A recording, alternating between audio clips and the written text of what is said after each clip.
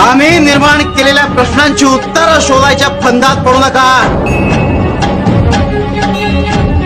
जमणार नाही.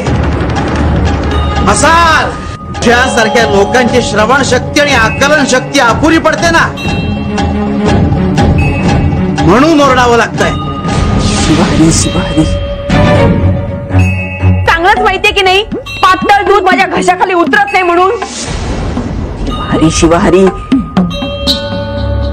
पोटभर जेवायला मिळतंय ना, म्हणून सुचताय ते जिभेचे चोचले.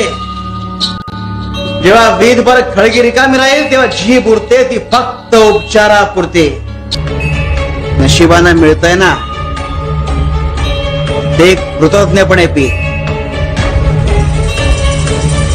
हक्क समजून पेशील तर अंगी लागणार नाही.